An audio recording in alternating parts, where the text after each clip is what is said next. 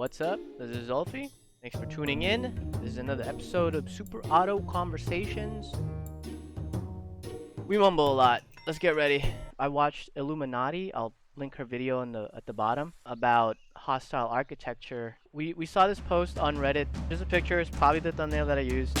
The most popular picture on this. Anyway, it was these little spikes underneath a highway. If someone falls from that highway, it's clearly not enough to like kill you unless you land on your head. Rest in peace. So if you land on this spike, you're more than likely dead. And if it wasn't there, then you'd probably be chilling with like a broken leg unless you like landed on your head.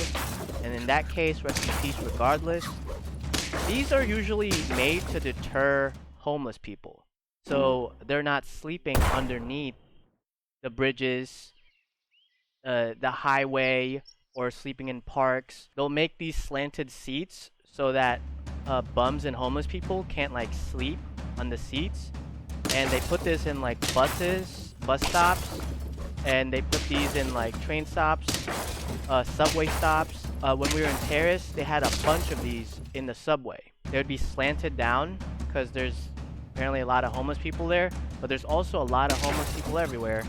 So instead of like trying to actively help out the homeless community, doesn't it feel like we're going to the path of making it harder for them to live anywhere?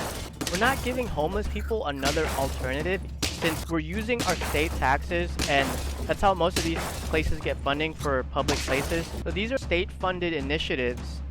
And I mean, there are some companies, private companies, that do it for their offices, just like because they don't want homeless people loitering around, or they'll hire police guards, whatever the case is.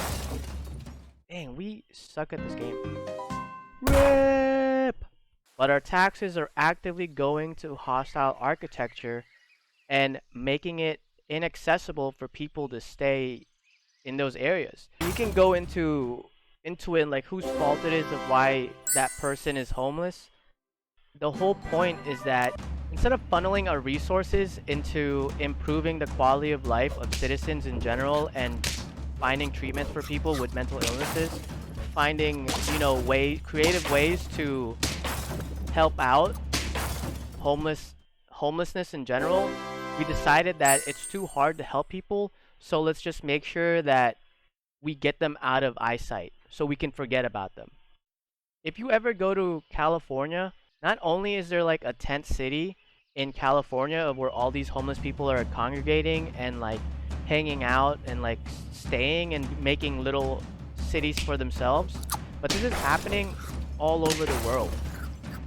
Instead of figuring out a solution for these problems that everyone is facing of overpopulation, we decided that let's just get them out of eyesight.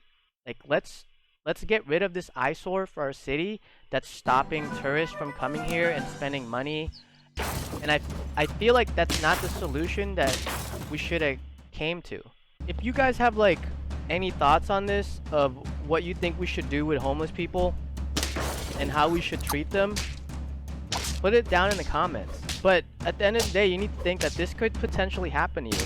These people didn't think that it would like happen to them, And it sucks that it's happening in general, and there has to be a way, there has to be a way that we can like help them out instead of trying to get rid of them.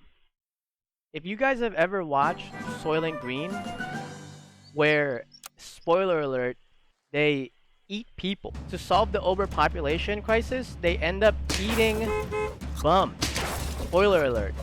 They go around in these garbage trucks, and all the homeless people sleeping, they'll round them up and they'll put them in the grinder. Literally make human meat patties and treat it so it doesn't, like, the enzymes didn't mess with your brain and give you that thing that happens to cannibals. If you know what that is, write that down. But anyway, that's just my ramblings on the topic. But thanks for watching, guys. I'll see you later.